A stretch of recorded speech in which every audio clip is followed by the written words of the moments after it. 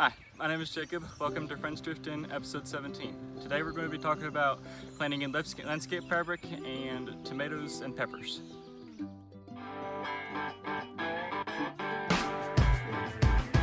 For old-fashioned recipes and your gardening needs, while sipping on Kentucky bourbon. You sit right back in your big red hat, we're taking rural back from the urban. Listen to the stories where Kentucky is proud, share the giggles with all of your friends. You're all tuned in to Friends Drifting.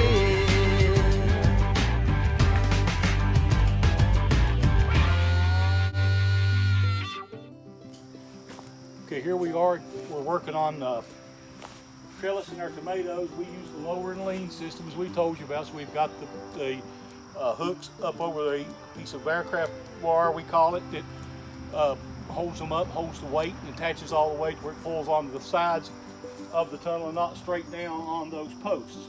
What we're doing right now, though, is we're trellising, and we're also trying to prune a little bit. So you'll see there's our first tomato. I'll get a close-up of that here in a few minutes. That's the first thing I really wanted to see, was a really nice looking tomato, and there it is. That's nice. We got a lot of blooms going on, so this is actually good for the tomatoes to be working with them and fussing with them, because you know tomatoes can be pollinated 3 ways: by wind, by bees, or you can actually do it with a paintbrush and all that. But tomatoes, if you shake them and move them around, they will pollinate themselves. They're one of the few self-pollinating plants out there. These are nice, healthy looking tomatoes. Again, these are a striped tomato. They're not a Mr. Stripey, but they're a hybrid version of them. Now, take my clipper, and I'm going to try to clean this up on the bottom a little bit. You want to get down to like 2 main leaders on these, so I'm going to trim away any of them that look bad, any that got any brown leaves or anything on them, any of them that are really down low, especially these ones down on the ground. They're not, all they're doing is sucking energy off of the plant itself. And we're going to go to 2 main leaders. This is what I consider my 2 main leaders. So I get a lot of that foliage underneath there away. Try not to cut anything that's blooming if we can help it, but sometimes you have to.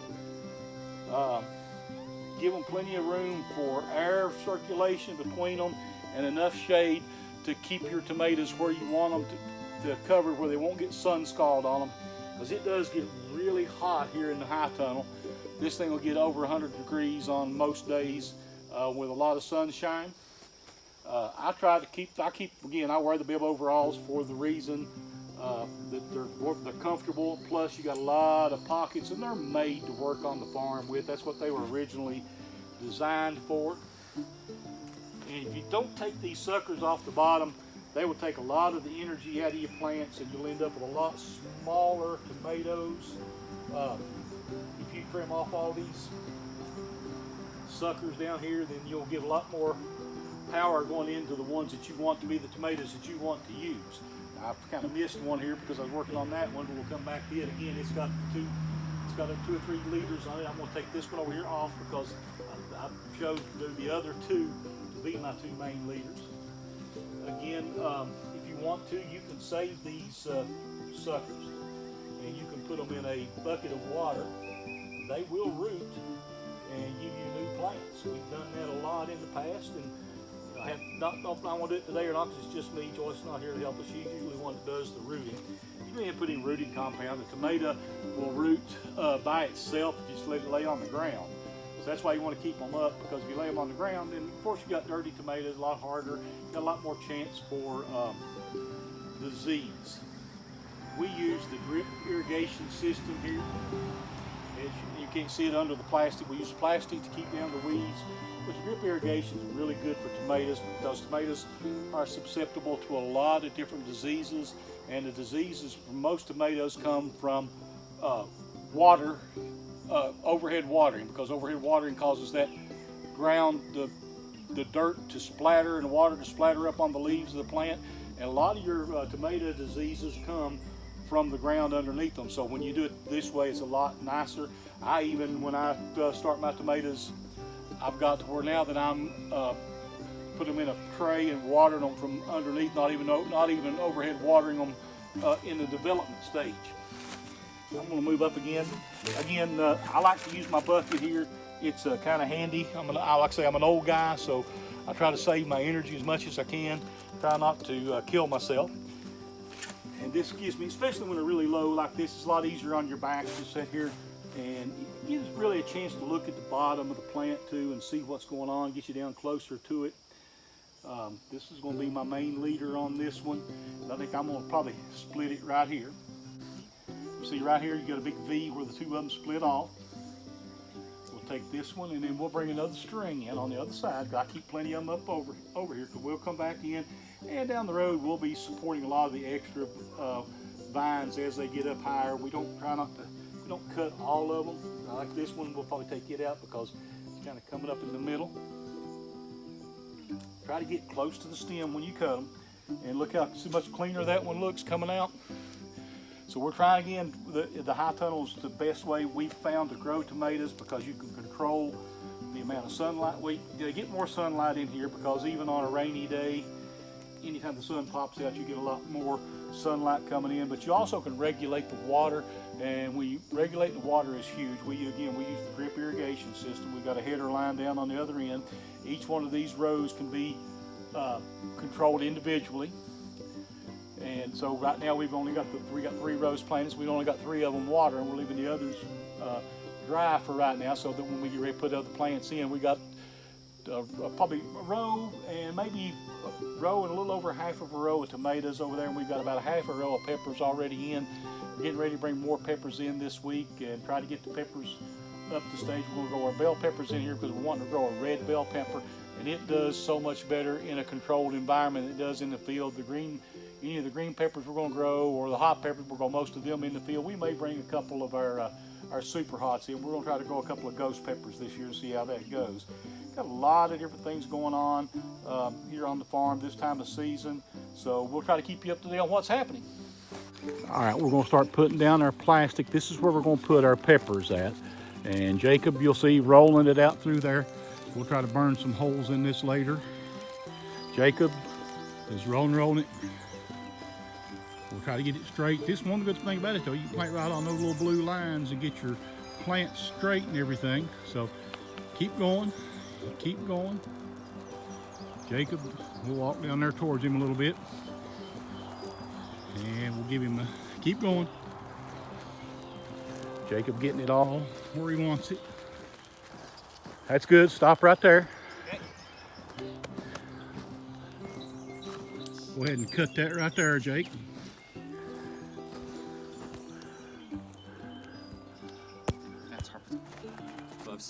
You gotta take his gloves off to cut it. Get down there and cut it straight as you can. Yep. This will reduce this is a special landscape and fabric that will let water go through, but not let weeds grow up. So we're gonna put this down, and we'll come back and put another row of it. Go over this way. We'll come over about 3 feet. Come over here, Jake. And let's see.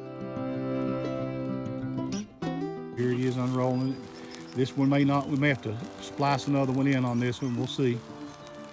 We've got several rolls of it to go. These are about, I think these are 300 or 400 foot long rolls when I bought them. This is a partial roll of it. Eventually we'd like to go ahead and do more and more of this, so we're going to take a break and we'll be back and put another roll on there. Okay, now we're going to attach these two together. I'm going to show you, these are landscape staples. These are the heavy duty ones. These are not the ones that you buy at Lowe's. You buy these from a good farm supply. If you'll pull that one over where it's straight and tight, Jake. Already got one in there. Of course, this ground is pretty loose. Those are good and long, and they'll go all the way down in there and hold that. We may come back and put another one in later. Jake, we'll go ahead and finish rolling that roll out there. This is going to be for our hot peppers that we use in our hot pepper jams and jellies. We've got some Tabascos. We're going to think about making a hot sauce. We're going to use some Tabascos. We've got a couple of ghost peppers going out in the next couple of days. Well, the next couple of weeks. Those are not right ready to transplant. Have a lot of jalapenos, some cayennes. We've got a lot of hot pepper. We do a lot of different things with those. But again, this will make the weeding much easier Guess I have to send Jacob down a knife down there. You ready? You still got one? Whoop. Well, I guess it. He used to be a wide receiver. He didn't hold on to that one very well. So go ahead and do that, and then spike that one down that end, and that'll get these first two ready. Okay, we're gonna try to burn some holes in this. And now we're getting the hang of it. There you go. And this way gives you good spacing. You keep that good and hot. That way it makes it, and that keeps the amount of space you need to keep your weeds down. Pretty good shape. Keep it hot. Well, I guess that's it. Nope. Ran out of stop it. And we're back trying to burn holes again. There we go. Gotta be real careful. I put it out a while ago, as you all saw. But now this does a really good job. And these can be a permanent bed this way. This fabric will last. Of course, I don't know if we'll take it up every year and put it back or not. We haven't decided that yet. Let me hit that one again. I need a... Oop. There we go. But you get a perfect little round hole. And the nice thing about that is these are this fabric is a woven fabric. And when you use these, you kind of seal that fabric back so that it doesn't unravel. When you cut it, it unravels. As you've seen in our high tunnel, we cut that one before. We didn't understand this. This is actually a weed burner that we've had for a long time. And it's just the perfect size because I think our StandNPlant will actually fit in that same hole. So that means we'll be able to use it to plant these plants. I mean, if not, we can always do them by hand. I mean, it's not imperative, but I do like the StandNPlant when you're doing a lot.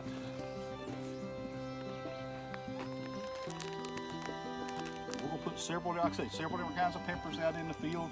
Probably put a few bell peppers, but we got more than we had room for in the high tunnel. And we can probably come back on these sides, and we may put some more staples on there, or we may just throw some dirt up on it to hold them down. The nice thing is, the more you go, the hotter that head gets, and it burns a lot quicker through this fabric. Because I'm gonna have peppers out hopefully in the next couple of days.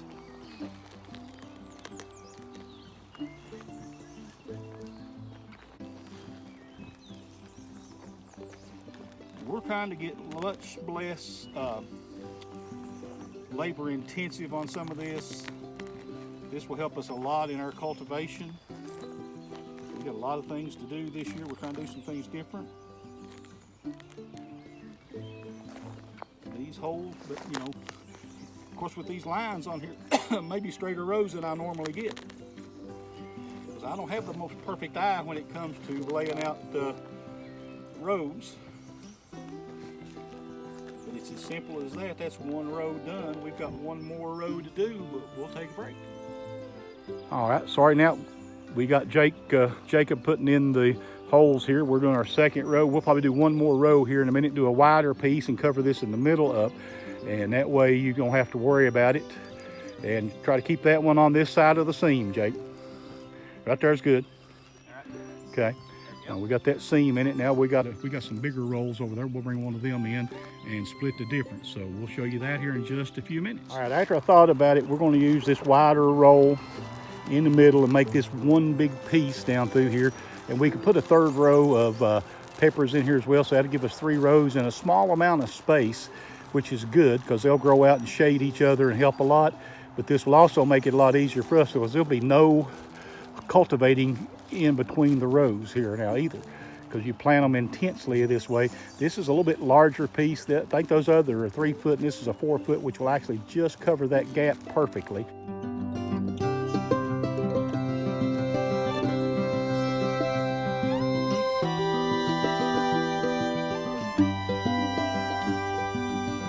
Jacob's got it all rolled out now. We're gonna let him cut this end off.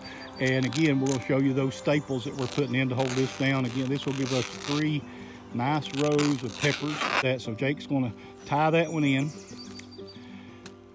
And what we need to do is we need to probably go down about every 8 or 10 feet and tie and do the corners so that it doesn't blow up in the middle. So I'll have him do that here in just a few minutes. Probably won't show you that, but this is the way it goes here on the farm. We're trying to get more efficient and use our time better. So Jake, once you do that, once you grab, there's a couple more, I think I laid them down. You got a couple more with her, or I'll bring just 3. Okay, go ahead and put one about every 10 feet and go all the way across all 4 of them. Yeah. Gotcha. Okay, so you'll have to go down and get some more of those staples on the other end. But this is really nice to see how this is covered up, and this will kill out all the weeds. And once you plant these holes, the peppers themselves, once they get big enough, they'll shade out any vegetation that grows up in there with them. And he'll come up about 10 feet. You'll see him down there on the other end walking up this way. Just to make best guess, it doesn't have to be 10 feet, probably. Keep. Was that 10 feet? Okay. So he's gonna push them in this ground where it's already been tilled and everything. Take you about 4 big steps. There you go. That's about 12 feet. Now I'll put you one in there. Of course, Jake just finished his freshman year of college. He's a big help to us. He does a lot of stuff with us in the kitchen as well as on the farm. And it's been a beautiful day here today. One thing about this heat, it will help. We're probably gonna let this set the night before we plant anything in it. That'll give it a chance for them to come back and do a little bit more, kill what little bit of grass was coming up. And you'll see a car go by on the road here. There is a cemetery on the other end of our farm here above us, looking down on us. Of course, about right there, about halfway between. That's good. Right there? Yep. And then go back and do that same thing all the way across on all 3 of them. That way we'll have them done, and I'll go ahead and start trying to burn some more holes. All right, we're going to plant our first peppers on the fabric that we just laid. This is called a StandNPlant. This is our go-to tool, folks. Look at that. It's a lot easier, especially if you're an old guy like me. You just push this down in the hole. It makes a hole in the ground for you. Twist it a little bit. Drop your pepper down in there, lift it up, and when you do, it lifts the dirt back around it. We have to go back in there every now and then and clean it up a little bit. So we'll probably do that here in just a few minutes to make sure that it's good. I'll let Jake do that. We'll get a picture of him working on that in a minute. Yep, got to let go of it. That was on my fault. We're going to put out, these are bell peppers, and the rest of these will probably be hot peppers on this particular patch, but we'll do a lot more here.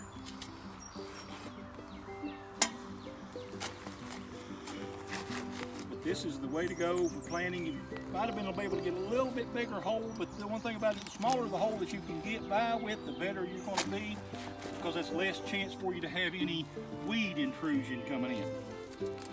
And once you get the plants in, they will usually shade out the weeds themselves for that little bit that's right there.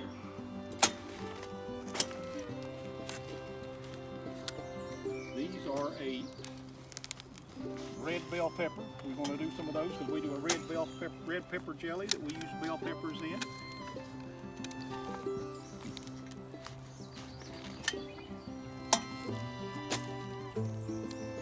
This is how easy, you can do it. One person can do it, obviously. That's what how we're showing it. When you got 2, you can do it a lot faster. You can just one walk and drop the plants and the other do it, and you can plant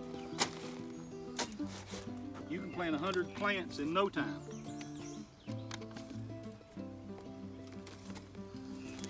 Let me get another tray of plants here. I can carry about a dozen at a time. That'll probably do 1 row here of this. It's so easy. You got the parts on the bottom. You just makes a point that puts it in the ground. And as you drop them, you let it go. And when you pull it up, dirt should fall back around it. If you got really good tilled dirt, it works great. This has been tilled a few days, so we may have to go back and kind of tuck them in a little bit. But you see the beauty of it. And this is a tough fabric. This is not like the plastic that you get that you can punch, because if you're using the other plastic, you can just punch a hole in it with these this planter. It's made for that. Down the road, we'll show you our seed version of this too. We got one that's made out of PVC, that's a tube, and then you can plant seeds in this plastic with it as well. Beautiful day here, on 80 degrees. We took these and we soaked these in water before we brought them down here. And we'll check them tomorrow when we come out and plant some more peppers, and we'll probably water everything again tomorrow as well. First few days we'll water, and we won't have any rain here. This is Saturday. We won't have any rain here until Thursday, according to what the weather report was telling me.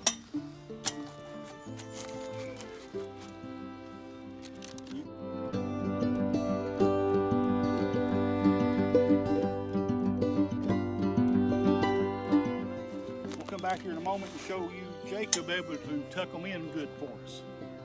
Okay, I'm gonna get Jacob to go behind me and tuck them in good. First time we've used this plastic in the field with this hole system where you burn the holes with the weed burner. So we just wanna make sure they're tucked in there good and got plenty of dirt around them. But again, this is still a whole lot easier to do, because this should be the last time you don't have to do much about them. Don't have to dig a deeper hole there. Again, this was tilled about a week ago, so it's not ideally what we would do. Normally you would till it, put the plastic down the same day, and try to plant them within the first day or two. And he's working hard on that one. Got it? Yep. Okay. They look pretty good. I think they'll be all right. This should be a good one coming down. Yeah. Jake, I guess, will be 19 on his birthday. 20. 20, that's right. Yeah. The plants are going in. This will be the first. These are, like I say, the red bell pepper. This will give us probably about 100 of these altogether, which should hopefully give us quite a few peppers to work with. But you can see that this is going to be much more efficient as far as weed control wise. I know that all these are going to have a little bit of dirt around them. He's just going to kind of be careful with his fingers or not pull the rest of them down. We'll come in again and water them again tomorrow. And that's the thing too, this is a permeable material. It lets water come back through, and so that they get their water, natural water, like they'll get dew in the mornings and rain when it rains. The next rain here will be, again, I think it's Thursday. It's going to be cloudy for the next few days, but it's going to be hot, so we'll have to keep an eye on them and water them at least once a day for the next 4 or 5 days. So we can do that. We can carry water over here to it. We don't have water here yet. That's something we're working on, trying to get a solar system put in where we can pump water out of the existing wells that are here. And that's one of the next. We've got a couple of the solar panels. We're trying to get a solar pump, and battery says the only problem is where this floods, we got to find some way to build it up where we can leave them and not have to worry about it. So we have to build a structure to put the stuff in, because like I say, this definitely floods. The water has been probably 3 feet over this, 3 feet high in this bottom in the past. Well, we hope you've enjoyed what we're doing here on Friends Drift In.